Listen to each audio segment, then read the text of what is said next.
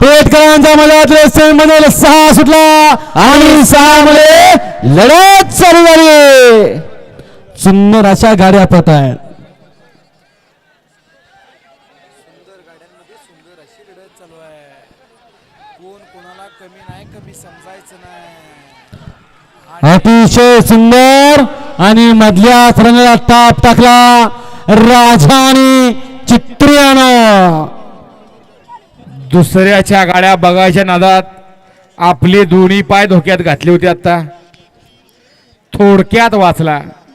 कोकण भागामध्ये डोंगराच्या कुशीत निसर्गाच्या सानिध्यात लपलेलं हे छोटस कंदूर गाव पण बैलगाडी शर्यत क्षेत्राच्या कानाकोपऱ्यामध्ये पोचलं आणि याचं सगळं श्रेय जातं कंदूरकरांचा नंद्या आणि त्याच दावणीचा हा पट्ट्या.